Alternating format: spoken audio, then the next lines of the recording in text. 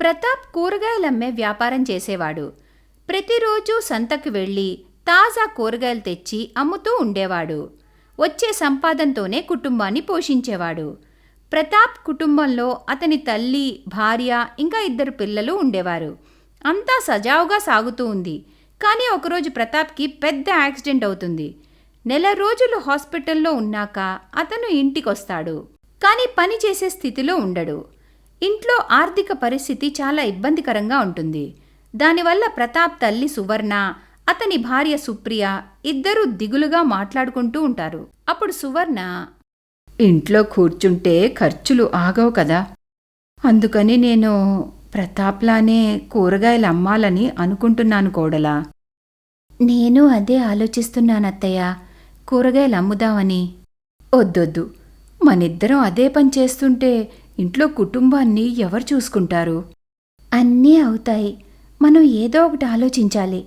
ఒక్కరే కూరగాయలు అమ్మితే అంత రాబడి రాదు. 2 చోట్ల కూరగాయలు అమ్మితే చాలా బాగుంటుంది. మీరొక చోట, నేనొక చోట. అప్పుడు మన ఇంటి పరిస్థితి కొంచెం బాగుంటుంది. పిల్లలు కూడా కొంచెం పెద్దవారయ్యారు కదా, స్కూల్ నుంచి వచ్చాక వాళ్ళ నాన్నని చూసుకుంటారులేండి. మీరేమంటారత్తయ్యా? నువ్వు చెప్పింది కూడా నిజమే అనిపిస్తుంది. అయితే రేపు పొద్దున్నే సంతకు వెళ్ళి తాజా కూరగాయలు మనిద్దరం తీసుకొద్దాం. మరుసటి రోజు అత్తాకోడళ్ళు సంతకి వెళ్తారు. అక్కడ రకరకాల కూరగాయలు తీసుకొచ్చి వేరే వేరే చోట్ల కూర్చుని ఇద్దరూ అమ్ముతూ ఉంటారు. ఒక ఆవిడ సువర్ణ దగ్గరకొచ్చి, వంకాయలు ఎంతమ్మా? కిలో 40 రూపాయలు, చాలా తాజాగా ఉన్నాయి. ఆమె వంకాయల్ని పట్టుకుని చూస్తుంది. ఆమెకి నచ్చి వెంటనే కొనుక్కుంటుంది.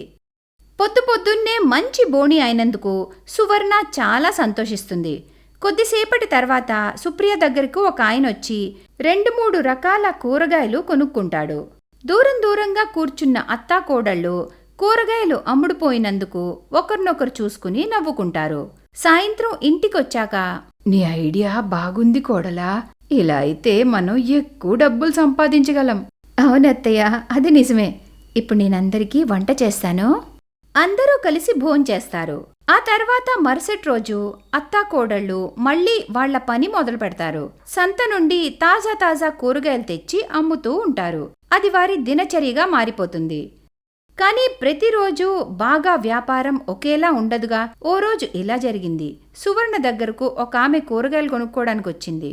ఆ బెండకాయలు, దొండకాయలు రేటెంతమ్మా? బెండకాయలు 60 రూపాయలు కిలో, దొండకాయలు 40. అబ్బో, బానే దోచేస్తున్నావే. బెండకాయలు 60 రూపాయలు కేజీ ఎక్కడుందమ్మా? అల్లక్కడ 40 రూపాయలకి ఇస్తున్నారు. చూడమ్మా, కేజీ బెండకాయలు 60 రూపాయలే. నా దగ్గర బెండకాయలు చాలా తాజాగా ఉన్నాయి. వచ్చినావిడ సువర్ణ మాటలు పట్టించుకోకుండా సుప్రియ దగ్గరకు వెళ్తుంది. ఆమె సుప్రియాని కూడా బెండకాయలు రేటు, దొండకాయల రేటు అడుగుతుంది. ఆవిడ తన అత్త దగ్గర నుండి రావడం సుప్రియ చూస్తుంది. అందుకని కొంచెం ఆలోచించి రేటు కొంచెం తక్కువే చెప్తుంది. అప్పుడు ఆవిడ సుప్రియ దగ్గరే కూరగాయలు కొంటుంది. ఇదంతా సువర్ణ దూరం నుండి చూస్తూ ఉంది. తనకు ఏమీ అర్థం కాలేదు. ఇంటికొచ్చాక, ఈరోజు వ్యాపారం బాగా జరిగింది. కానీ కోడలా, మనం అనుకున్నాంగా ఒకేలా రేట్లు పెడదామని. కానీ నీ దగ్గర కూరగాయలు కొన్నావిడకి నువ్వు తక్కువకి ఎందుకు అమ్మావు కోడలా? మరీ అంతేం తగ్గించలేదత్తయ్య, 10 రూపాయలే తగ్గించా. ఆమె నా దగ్గరే కొన్నది. అయినా ఎక్కడో ఒక దగ్గర ఆవిడ కొనాల్సిందేగా. సరేలే కోడలా, నువ్వు మాట తప్పావు. నువ్వు అనుకునుంటావు నాకన్నా ఎక్కువ సంపాదించాలని. అవునా? అయ్యో అత్తయ్య, మీరేంటి ఇలా మాట్లాడుతున్నారు? నేను సంపాదించినా ఇంటికోసమేగా, అందుకే కొంచెం తగ్గించాను. సరేలే, నన్ను మభ్య పెట్టాలని చూడకు. వాళ్ళిద్దరు మాటలు ప్రతాప్ వింటూ ఉంటాడు. చూడు సుప్రియ, అమ్మ ఫీల్ అయినట్టుంది. నువ్వు కూడా ఒక పని చెయ్యి, సేమ్ రేట్కే కూరగాయలమ్ము. ఏమంటావు, సరేనా? సరేనండి, అలాగే, నాకు అర్థమైంది. సుప్రియ, ఒక మాట చెప్తాను. నిజానికి నాకు అస్సలు నచ్చడం లేదు మీ ఇద్దరు ఇలా బయటికెళ్ళి పనిచేయడం. మీరేం ఫీల్ అవ్వకండి, కొద్ది రోజులేగా. మీరు పూర్తిగా కోలుకుంటే నేను ఇంట్లోనే ఉంటాను. సరే సుప్రియ, నాకు కూడా తొందరగా కోలుకోవాలనే ఉంది. మరుసటి రోజు, ఆ దుంపలు ఉల్లిపాయలు ఎంతమ్మా? దుంపలు కేజీ 30, ఉల్లిపాయలు కేజీ 50. ఉల్లిపాయలు చాలా రేట్ చెప్తున్నావు. లేదమ్మా, ఇదే రేట్ నడుస్తుంది. మీరు ఎవరినైనా అడగండి, ఏ కొట్లో అయినా అడగండి. 50 రూపాయలకి ₹1 తగ్గించినా నా పేరు మార్చుకుంటానమ్మా. అమ్మా బాబోయ్, 50 రూపాయలంటే చాలా ఎక్కువ, నాకొద్దు అని చెప్పి ఆవిడి సువర్ణ దగ్గరకు వెళ్తుంది. సుప్రియ మనసులో అనుకుంటూ ఉంది, నిన్న రాత్రే మాట్లాడుకున్నాము, అందుకే రేట్ తగ్గించలేదు అని. అత్తయ్య ఎలాగూ తగ్గించదు కదా అని అనుకుంటుంది సుప్రియ. కానీ అనుకున్నదొకటి, అక్కడ అయ్యిందొకటి. ఆవిడి సువర్ణ దగ్గరికి వెళ్ళి రేట్ అడగగానే వెంటనే సువర్ణ ₹10 తగ్గించేస్తుంది. ఆవిడి సంతోషంగా కొనుక్కొని అక్కడి నుండి వెళ్ళిపోతుంది. అది చూసిన సుప్రియకి చాలా కోపం వచ్చింది. వేరొకాయన బేరం వస్తే తను కూడా రేట్లు తగ్గించే చెప్తుంది. ఇక్కడి నుండే అత్తాకోడళ్ల మధ్య రామాయణ యుద్ధం మొదలవుతుంది. ఇప్పుడిక అత్తాకోడళ్ళిద్దరూ నష్టపోవడానికి కూడా వెనుకాడ్డం లేదు. కూరగాయలు వాళ్ళ ఇష్టం వచ్చిన రేట్లకి అమ్ముతూ ఉంటారు. ఇప్పుడు వాళ్ళిద్దరికీ ఇంటి ఆర్థిక పరిస్థితి గురించి ఆలోచన కన్నా ఎవరి కూరగాయలు మొదటి అమ్మాలా అనే పంతం ఎక్కువ అవుతుంది. ఈ మహాభారత యుద్ధానికి అంతం ప్రతాప్ దగ్గరకు వెళ్తుంది. చూశారండి, అత్తయ్యకి పట్టుదల బాగా ఎక్కువైంది. ఈరోజైతే మరీను ఆవిడ కూరగాయలన్నీ నష్టానికే అమ్మారు. ఈరోజు 30 కేజీ అమ్మారండి. మనం కొన్నదే ₹30.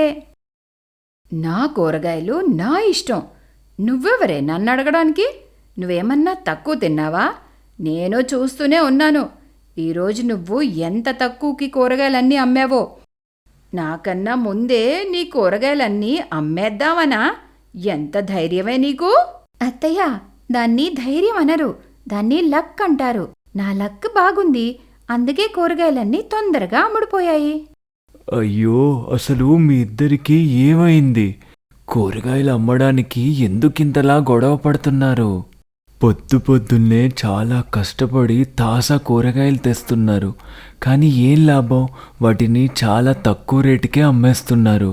ఇక చాలు, రోజు ఇలా గొడవలాడుకునే కన్నా ఒకరోజు నువ్వు, ఇంకో రోజు నువ్వు అలా వెళ్ళి అమ్మండి. అలా కుదరదు. నేను రోజు విడిచి రోజు వెళ్ళను, నేను రోజూ వెళ్తాను. అర్థమైందా? అవునవును, నేను రోజు కొట్టుకు వెళ్తాను. అయ్యో రామా, మీ మహాభారతం యుద్ధం ఆగేలా లేదే. దానివల్ల ఈ ఇంటికి చాలా నష్టం కలుగుతుంది, గ్రహించండి. అత్తాకోడళ్ళకి అస్సలు పొత్తు కుదరడం లేదు. రోజు ఇద్దరూ సంత నుండి తెచ్చిన తాజా కూరగాయలను చాలా తక్కువ రేట్లకే అమ్మేస్తూ ఉన్నారు. కొంచెం కొంచెంగా వాళ్ళకి ఇంట్లో డబ్బులు కొరత తెలుస్తూ ఉంటుంది. ప్రతాప్ కూడా వాళ్ళిద్దరికీ చెప్పి చెప్పి చాలా అలిసిపోతాడు. కానీ ఒకరోజు ఇద్దరికీ కనువిప్పు కలుగుతుంది. ఇద్దరు కూరగాయలు తీసుకుని వారి వారి జాగాల్లో కూరగాయలు అమ్మడానికి బయలుదేరుతారు. అప్పుడే పక్కింటి దగ్గర ఇద్దరు ఆడవాళ్ళ మాటలు వాళ్ళ చెవిన పడతాయి. నువ్వెన్నైనా చెప్పవే, ఇప్పుడు ఆ ఇద్దరు అత్తాకోడళ్ళు బయలుదేరుతారు. తాజా తాజా కూరగాయలు తీసుకొని అరుచుకుంటూ ఎండల్లో కష్టపడి తక్కువ రేటుకి అమ్మేస్తారు. నాకైతే ఈ మధ్య చాలా మజా వస్తుందనుకో. ఇక్కడ బేరవాడి అక్కడ కొంటాను, అక్కడ బేరవాడి ఇక్కడ కొనాలి.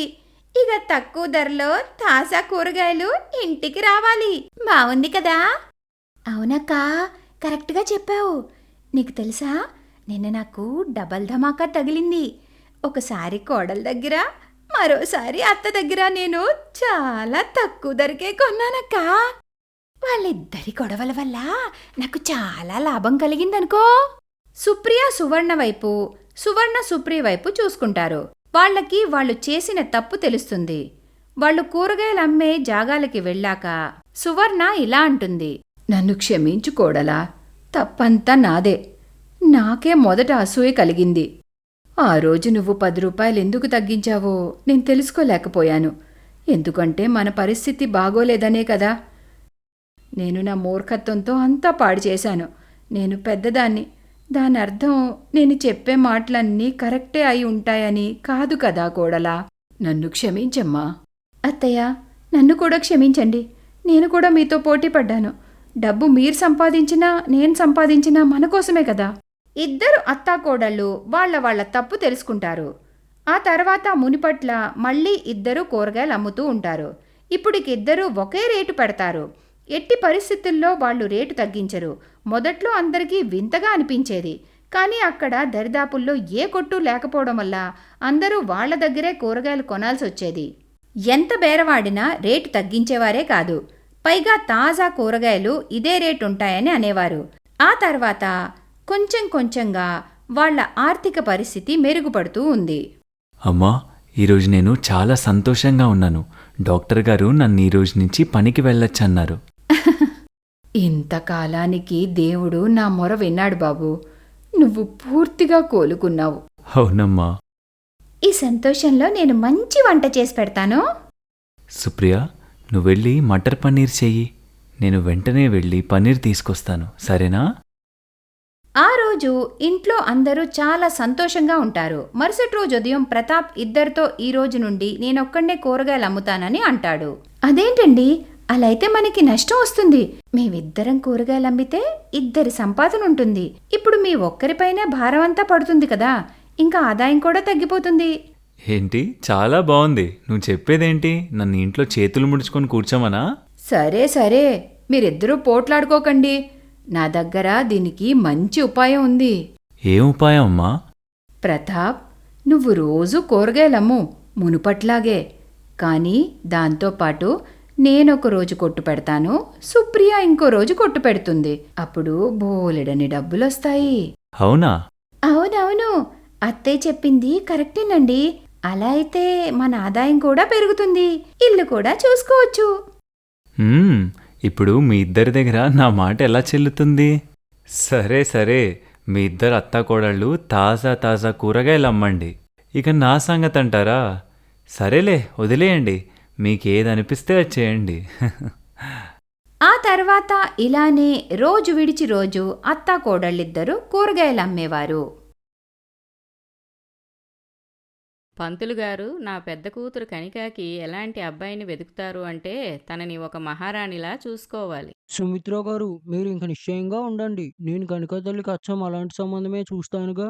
అలా చెప్పి పంతులు గారు అక్కడి నుంచి వెళ్ళిపోతారు. అమ్మా, నువ్వు అసలు అక్కని అడిగావా లేదా తనకి ఎలాంటి అబ్బాయి కావాలి ఏంటి అని? అరే, అందులో అడగడానికి ఏముంది? నాకు ఎవరు నచ్చితే వాళ్ళని నా కూతురు పెళ్లి చేసుకుంటుంది, అంతే. అక్కడే మెట్ల మీద నుంచుని తన తల్లి మాటలన్నీ విన్న పెద్ద కూతురైన కనిక వెంటనే తన గదిలోకి వెళ్తుంది. తన కార్ కీస్ని తీసుకుని వెంటనే తన కార్లో తన బాయ్ ఫ్రెండ్ అర్నవ్ని కలవటానికని వెళ్తుంది. ఏమైంది కనిక? ఏంటి ఇంత సడన్గా నన్ను కలవడానికి వచ్చావు? మా అమ్మ నాకు పెళ్లి సంబంధాలు చూడటం మొదలు పెట్టేసింది. ఓహో, అవునా? మరి నువ్వు ఇప్పటివరకు ఓకే అనలేదా ఏంటి? అర్నవ్, ఇది ఆట పట్టించే టైం కాదు. నిజం చెప్తున్నాను. నా కోసం ఒక డబ్బున్న అబ్బాయి సంబంధం చూస్తుంది. అదీ కాక చాలా త్వరగా పెళ్లి చేయాలి అని చూస్తుంది. అయితే ఇందులో అంత కంగారు పడాల్సిన అవసరం ఏముంది? నువ్వు మీ అమ్మగారికి మన విషయం కోసం ఎందుకని చెప్పడం లేదు? నువ్వెందుకు ఇప్పుడు చిన్నపిల్లల్లా మాట్లాడుతున్నావు? నీకు తెలుసు కదా అర్నవ్, మా అమ్మకి పేదవాళ్లన్నా పేదరికమన్నా అస్సలు నచ్చదు అని. మా ఇంట్లో ఉండే నౌకర్లందరూ కూడా మిడిల్ క్లాస్ వాళ్లే. ఒకవేళ గనక నేనొక పెట్రోల్ బంక్లో పనిచేసే అబ్బాయిని ప్రేమిస్తున్నానని మా అమ్మకి కానీ తెలిసిందంటే ఏం జరుగుతుందనేది నువ్వు ఊహించలేవు కూడా. అయితే మనం ఇప్పుడేం చేద్దాం? నా దగ్గర ఒక ప్లాన్ ఉంది. నువ్వు త్వరగా నాతో రా, చెప్తాను. అప్పుడు కనిక ఇంకా అర్నవ్ వెంటనే వాళ్ల కార్లో కూర్చొని దగ్గరలో ఉన్న గుడికి వెళ్లి ఇద్దరూ పెళ్లి చేసేసుకుంటారు. కనిక, మనం చేసింది మంచి పనే కదా. అమ్మో, దీనివల్ల మీ అమ్మగారు మన మీద కోప్పడతారు. కోప్పట్టమైతే ఖాయం, కానీ అమ్మకి నా మీద చాలా ప్రేమ ఉంది. ఎలానో మనకిప్పుడు పెళ్లి కూడా అయిపోయింది కాబట్టి అమ్మ ఇప్పుడు మనల్ని ఒప్పుకొని ఇంట్లోకి రానిస్తుందిలే అర్నవ్. అలా చెప్పి కనిక అర్నవ్ని వెంటనే వాళ్ల ఇంటికి తీసుకుని వెళ్తుంది. అలానే తన తల్లి సుమిత్రతో అర్నవ్ గురించి విషయమంతా చెప్తుంది. ఎంతవరకంటే ఇప్పుడు వాళ్ళు గుడిలో పెళ్లి చేసుకున్నారనేంతవరకు. అది అంతా విన్న సుమిత్రకి పట్టరాని కోపం వస్తుంది. కనిక, ఏం చండాలం పని చేసుకొచ్చావు నువ్వు? నేను నిన్ను మహారాణిలా చేద్దామనుకున్నాను, కానీ నువ్విక్కడ పాలేరులా ఉండాలనుకుంటున్నావా? మర్యాదగా ఈ అబ్బాయిని మర్చిపో, లేదంటే అసలు బాగో చెప్తున్నా. అక్క, అమ్మ చెప్పేది నిజం. నీకు ప్రేమించడానికి పనికిరాని పెట్రోల్ బంక్లో పనిచేసే అబ్బాయే దొరికాడా? అరే, అతని స్థాయి కనీసం మన ఇంట్లో పనిచేసే నౌకర్లంత కూడా లేదు. శ్వేత, నీ నోట్ నుంచి మాటలు తిన్నగా రాని. మర్చిపోకు, ఇప్పుడతను నా భర్త, ఈ ఇంటికి పెద్దల్లుడు కూడా. అమ్మా, ఒకవేళ నీకు ఈ సంబంధం ఇష్టం లేదంటే చెప్పు, మరేం పర్లేదు. మేమిక్కడికి కేవలం నీ ఆశీర్వాదం కోసమే వచ్చాము. పద అర్నవ్, ఇంకెప్పుడు మనం ఇక్కడికి రావద్దు. అలా చెప్పి కనిక అర్నవ్ చేయి పట్టుకుంటుంది. అలానే అక్కడి నుంచి ఏమీ తీసుకోకుండానే అతనితో పాటు తనుండే చిన్న ఇంటికి వెళ్ళిపోతుంది. సుమిత్ర ఇంకా శ్వేత కూడా కనికతో వాళ్ళకి ఉన్న సంబంధాన్ని పూర్తిగా తెంపేసుకుంటారు. రాజ్మహల్లో మహారాణిలా బ్రతికిన కనికకి తన కలల రాకుమారుడైతే దొరికాడు, కానీ అంత పేదరికం, అంత చిన్న ఇంట్లో ఉండటం తను అనుకున్నంత సులువుగా అయితే అస్సలు లేదు. అబ్బా నా చెయ్యి. సినిమాల్లో హీరోయిన్లు స్టవ్ మీద వంట ఎంత తేలిగ్గా చేస్తారో, కానీ ఇక్కడిప్పుడు రియాలిటీలో నాకు బాగా అర్థమవుతుంది స్టవ్ మీద వంట చేయడం అనేది ఎంత కష్టమైన పనో అని. ఆ చిన్న పొయ్యి మీద వంట చేస్తూ అస్తమాను కనిక తన చేతిని కాల్చుకుంటూ ఉంటుంది. అలానే చాలా కష్టపడి అర్నవ్ కోసం వంట చేస్తూ ఉంటుంది. నేనీరోజు నీకోసం మొదటిసారిగా నా చేతులతో వంట చేశాను. ఎలా ఉందో తిని చెప్పు అర్నవ్. చూడటానికైతే చాలా బాగా కనిపిస్తుంది. ఒకసారి రుచి కూడా చూస్తాను. అరే వా! ఇది చాలా బాగుంది కనిక. నాకు తెలుసు నేను చేసిన వంట చాలా బాగుంటుంది అని. నేను కూడా ఒకసారి రుచి చూస్తానుండు. ఎప్పుడైతే కనిక తన చేతితో చేసిన వంటని టేస్ట్ చేస్తుందో వెంటనే దాన్ని పక్కకు ఊసేస్తుంది. ఛీ, దీనిలో ఉప్పేంటి ఇంత ఎక్కువగా ఉంది? అసలు ఇది నోట్లో పెట్టుకోవడానికి కూడా చాలా కష్టంగా ఉంది. ఎలా తిన్నావు అర్నవ్ దీన్ని నువ్వు అసలు? ఈ వంట టేస్ట్ బాగోలేదేమో కానీ ఇందులో నీ ప్రేమ మాత్రం చాలా ఎక్కువగా ఉంది. నాకు తెలుసు నువ్వు మీ ఇంట్లో ఇప్పటి వరకు ఒక స్పూన్ కూడా పట్టుకోలేదు పని కోసం. కానీ ఇక్కడ చిన్న పొయ్యి మీద ఏకంగా వంటే చేయాల్సి వస్తుంది. నువ్వెంత కష్టపడి ప్రేమతో నా కోసం ఈ వంట చేసావు, అదే చాలు నాకు. అలా చెప్పి అర్నవ్ ఆ ఉప్పు ఎక్కువైన వంటనే తినటం మొదలు పెడతాడు. అది చూసిన కనికాకి కళ్ళల్లో నీళ్లు తిరుగుతాయి. నిజానికి అర్నవ్ డబ్బు విషయంలో పేదవాడే కావచ్చు, కానీ మనసు విషయంలో చాలా ధనవంతుడు. అందుకే ఉన్న తక్కువ డబ్బులతోనే కనికాని చాలా సంతోషంగా చూసుకునేవాడు. అలా సమయం గడుస్తూ అర్నవ్ ఇంకా కనికాకి పెళ్ళయి కొన్ని నెలలవుతుంది. ఇంతలో ఒక రోజున కనిక ఇంకా అర్నవ్కి వాళ్ళ జీవితంలోనే ఒక పెద్ద శుభవార్త ఎదురవుతుంది. కనిక, నువ్వు చెప్పింది నిజమా? నేను ఈ విషయం అస్సలు నమ్మలేకపోతున్నాను తెలుసా? అవునర్నవ్, నేను చెప్పేది నిజమే. మనమిప్పుడు అమ్మా నాన్న అవ్వబోతున్నాం. కనుక నువ్వు కనీసం కూడా ఊహించలేవు ఈరోజు నేను ఎంత సంతోషంగా ఉన్నాను అని. ఇప్పటి నుంచి నేను నా ప్రాణం పెట్టైనా సరే కష్టపడతాను. మనకు పుట్టబోయే బిడ్డకి ఏ లోటు లేకుండా చూసుకోవాలి నేను. ఒక పక్క కనిక ఇంకా అర్నవ్ జీవితాల్లో ఇంత పెద్ద సంతోషం వచ్చింది, కానీ ఇంకో పక్క కనిక తల్లి సుమిత్ర ఇంకా తన చెల్లి శ్వేత జీవితాలు ఎలా ఉన్నాయంటే అందరూ వాళ్ళని అవమానించడానికే కలుస్తూ ఉండేవాళ్ళు. ఈ మధ్య నీ పెద్ద కూతురు కనిక ఏ పార్టీలో కూడా కనిపించటం లేదు. తన ఆరోగ్యం అది బాగానే ఉంది కదా? అరే, అలా ఏం లేదు, తన ఆరోగ్యం బాగానే ఉంది. జస్ట్ బయట చదువులకు వెళ్ళింది. అరే సుమిత్ర, ఎందుకు అబద్ధాలు చెప్తున్నావు? మాకెప్పుడో తెలుసు నీ పెద్ద కూతురు కనిక ఒక పెట్రోల్ బంకులో పనిచేసే పేదింటి అబ్బాయిని పెళ్లి చేసుకుంది అని. నీకు ముందే తెలిసినప్పుడు ఈ వేషాలన్నీ ఎందుకు? అలా చెప్పి సుమిత్ర కిట్టి పార్టీ నుంచి లేచి తిరిగి తన ఇంటికి వెళ్ళిపోతుంది. ఇంకో పక్క ఏంటి శ్వేత, మేమంతా అనుకున్నాం నీ అక్క పెళ్ళి ఒక డెస్టినేషన్ వెడ్డింగ్ అని. దానికి మేమంతా అటెండ్ అయ్యి ఫుల్గా ఎంజాయ్ చేయొచ్చు అని. కానీ మేము విన్నాము నీ అక్క ఎవరో ఒక బికారిని పెళ్లి చేసుకుందంట కదా. వాళ్ళ అక్క ఇంకా కూతురు కారణంగా వచ్చిన జనమంతా మాట్లాడిన మాటలకి సుమిత్ర ఇంకా శ్వేత ఇప్పుడు ఇంట్లో నుంచి బయటికి రావటానికి కూడా సిగ్గుపడతారు. అలా కొంతకాలం గడుస్తుంది. కనికాకి ఇప్పుడు 7వ నెల నడుస్తుంది. అందుకని అర్నవ్ కనికాని చెకప్కి అని ఒక గవర్నమెంట్ హాస్పిటల్కి తీసుకెళ్తాడు. వాళ్ళకి దారిలో ఒక చాలా పెద్ద ఖరీదైన కారులో కూర్చున్న సుమిత్ర ఇంకా శ్వేత కనిపిస్తారు. అలానే కనిక ఇంకా అర్నవ్ని వాళ్ళు కూడా చూస్తారు. ఇదేంటమ్మా, అక్క ప్రెగ్నెంటా? ఇలాంటి పరిస్థితిలో కూడా వాడు నా కూతుర్ని ఎంత చండాలమైన హాస్పిటల్కి తీసుకుని వెళ్తున్నాడు. నేను దానికి ఇంతకు ముందే అర్థమయ్యేలా చెప్పినా కూడా వినకుండా దరిద్రాన్ని నెత్తిన వేసుకుంది. అక్క వల్లనే మనం ఏ పార్టీకి వెళ్ళినా ఫంక్షన్కి వెళ్ళినా ముందులాగా మర్యాదగా హుందాగా ముఖం చూపించుకోవడానికే అవ్వడం లేదు. అందుకే అక్కనిలా వదిలేయటానికి అస్సలు వీల్లేదు. సరిగ్గా చెప్పావు శ్వేతా తల్లి. ఇప్పుడు మనకి టైం వచ్చింది మనం వాళ్ళకి వాళ్ళ దీనస్థితిని గుర్తు చేయడానికి. వాళ్ళకి ఉన్న ఖరీదైన కారులో కూర్చొని ఇద్దరు అమ్మా కూతుళ్ళు కనిక ఇంకా అర్నవ్ వెనకనే వెళ్తారు. అలానే చూస్తుండగా వాళ్ళిద్దరూ ఒక చిన్న ఇంట్లోకి వెళ్తారు. అది చూసిన ఇద్దరు అమ్మా కూతుళ్ళు వాళ్ళ వెనకనే ఇంటికి వెళ్తారు. అంతకాలానికి తన అమ్మని చెల్లిని చూసిన కనికాకి చాలా సంతోషంగా అనిపిస్తుంది. అమ్మా, శ్వేత, మీరిద్దరూ ఇంత అకస్మాత్తుగా ఇక్కడా? ఒకసారి చూసిపోదాం, నీ పరిస్థితి ఎలా ఉంది, బ్రతికే ఉన్నావా లేదా ఎక్కడైనా చచ్చిపోయావా అని వచ్చాం. లేదు శ్వేత, నేనిక్కడ చాలా సంతోషంగా ఉన్నాను. అయినా మీరిద్దరూ అలా నుంచునే ఉండిపోయారే, రండి కూర్చోండి. ఎక్కడ కూర్చోవాలి చెప్పు? ఏదో ఇక్కడ ఒక పెద్ద సోఫా ఉంది అన్నట్టు చెప్తున్నావు. మాకు కింద కూర్చునే అలవాటు లేదు అని తెలియదా? మీరు ఒక్క 2 నిమిషాలు వెయిట్ చేయండి. ఇప్పుడే వెళ్ళి పక్కింటి నుంచి 2 కుర్చీలు తీసుకొని వస్తాను. అని చెప్పి అర్ణవ్ పరుగున పక్కింటికి వెళ్లి అక్కడి నుంచి 2 కుర్చీలను తీసుకొస్తాడు. అతని అత్తగారికి ఇంకా మరదలికి ఇస్తాడు. ఆ తరువాత అర్ణవ్ కనికాని జాగ్రత్తగా కూర్చోపెట్టి అలానే వెళ్లి ఆ చిన్న పొయ్యి మీద సుమిత్ర ఇంకా శ్వేత కోసం టీ పెడతాడు. నువ్వు ఇంత చిన్న ఇంట్లో ఎలా ఉండగలుగుతున్నావు కనిక? అసలు దీనికంటే నా బాత్రూమే కొంచెం పెద్దదిగా ఉంటుంది కదా. అయినా ఇక్కడ చాలా చండాలంగా ఉంది. నిజం చెప్పాను కదమ్మా. హా తల్లి, అయినా మీ దగ్గర కనీసం గ్యాస్ స్టవ్ కూడా లేదా? ఇలా కట్టెల పొయ్యి మీద వంట చేసుకుంటున్నారు. సుమిత్ర ఇంకా శ్వేత ఈ విధంగా వాళ్ళని అవమానపరచడం విని అర్ణవ్ ఇంకా కనికాకి చాలా బాధనిపిస్తుంది. కానీ వాళ్ళిద్దరూ ఏమీ అనరు. ఆ తరువాత అర్ణవ్ వాళ్ళిద్దరికీ టీ ఇస్తాడు. ఇదేం టీ కనిక? నువ్వు నీ భర్తకి చెప్పలేదా మేం కేవలం గ్రీన్ టీ మాత్రమే తాగుతామని, ఈ చెత్త టీ తాగమని? అమ్మా, మా ఇంట్లో నీకు ఈ చెత్త టీ మాత్రమే దొరుకుతుంది. ఒకవేళ నీ గ్రీన్ టీయే కావాలనుకుంటే ఇక్కడే దగ్గరలో ఒక రెస్టారెంట్ ఉంది. అక్కడికి వెళ్ళి మీకు నచ్చింది తాగండి హాయిగా. కనిక చెప్పిన ఈ సమాధానానికి సుమిత్ర ఇంకా శ్వేత నోర్లు మూతబడతాయి. కానీ అయినప్పటికీ కూడా సుమిత్ర ఇంకా శ్వేత ఆగరు. ప్రతి చిన్న విషయాలు కూడా పెద్దవి చేసి అర్ణవ్కి ఉన్న పేదరికంని అవమానపరుస్తూ ఉంటారు. కానీ పాపం కనిక అన్నిటినీ ఓపిగ్గా భరిస్తుంది. అలా కాసేపైన తరువాత అకస్మాత్తుగా కనికాకి కడుపులో నొప్పి మొదలవుతుంది. అమ్మా, నొప్పిగా ఉంది. కనిక, నువ్వు బాగానే ఉన్నావా? అప్పుడు అర్ణవ్ కనికాని జాగ్రత్తగా పట్టుకుని తనకు మందులిస్తాడు. ఆ తర్వాత కనికా నొప్పి మెల్లమెల్లగా తగ్గుతుంది. కనికా కాళ్ళకి అర్ణవ్ మాలిష్ కూడా చేస్తాడు.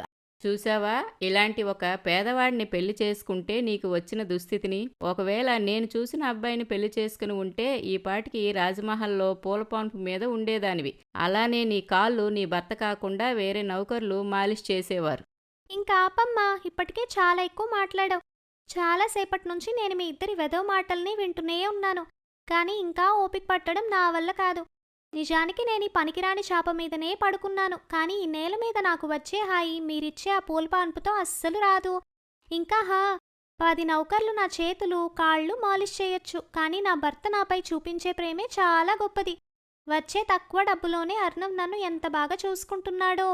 నేను అనుకున్నాను మీ ఇద్దరు నన్ను చూడటానికి వచ్చారు అని. కానీ అది నా పిచ్చి ఊహ. మీరిద్దరూ ఇక్కడ నాకున్న పేదరికాన్ని నన్ను అవమానించటానికే వచ్చారు. ఇంకా మీ పని అయిపోతే మీరిద్దరూ ఇక్కడి నుంచి బయలుదేరొచ్చు. కనిక చెప్పిన మాటలు విన్న తరువాత సుమిత్ర ఇంకా శ్వేతకి వాళ్ళు చేసిన తప్పు తెలిసొస్తుంది. అంతటితో వాళ్ళిద్దరూ కనికాని క్షమాపణలు అడుగుతారు. కనికా తల్లి, నువ్వు చెప్పింది అంతా నిజం. ఒక కన్న తల్లిని అయినప్పటికీ కూడా నీకున్న ఈ పరిస్థితుల్లో నేను చాలా బాధ పెట్టాను. నన్ను క్షమించు తల్లి. నేను చాలా పెద్ద తప్పు చేశాను. అక్క, నువ్వు నన్ను కూడా క్షమించాలి. నేను నీ సొంత చెల్లినే అయినా ఒక పరాయిదాన్లా ప్రవర్తించాను. సారీ అక్క. మీరు ఈ విధంగా క్షమాపణలు చెప్పకూడదు. మీ స్థానంలో ఇంకెవరున్నా సరే ఇలానే చేస్తారు అత్తయ్య గారు. వాళ్ళిద్దరూ ఇంత చేసినప్పటికీ కూడా అర్ణవ్ ఇలా మాట్లాడటం చూసి సుమిత్ర ఇంకా శ్వేతకి కళ్లల్లో నీళ్లు తిరుగుతాయి. ఇప్పుడు ఆ ఇద్దరు ధనవంతులైన అమ్మా కూతురు కనికాని చాలా బాగా చూసుకుంటారు. అలానే సుమిత్ర వాళ్ళ సొంత కంపెనీలోనే అర్ణవ్కి మంచి ఉద్యోగాన్ని ఇప్పిస్తుంది. ఇప్పుడు తన కష్టజీతంతో అర్ణవ్ కనికా కోసం ఒక మంచి ఇంటిని కూడా కొంటాడు. ఇంతలో కొన్ని నెలల తరువాత కనికాకి ఒక అందమైన బిడ్డ పుడుతుంది. ఇప్పుడు వాళ్ళ చిన్న కుటుంబం చాలా సంతోషంగా జీవిస్తారు.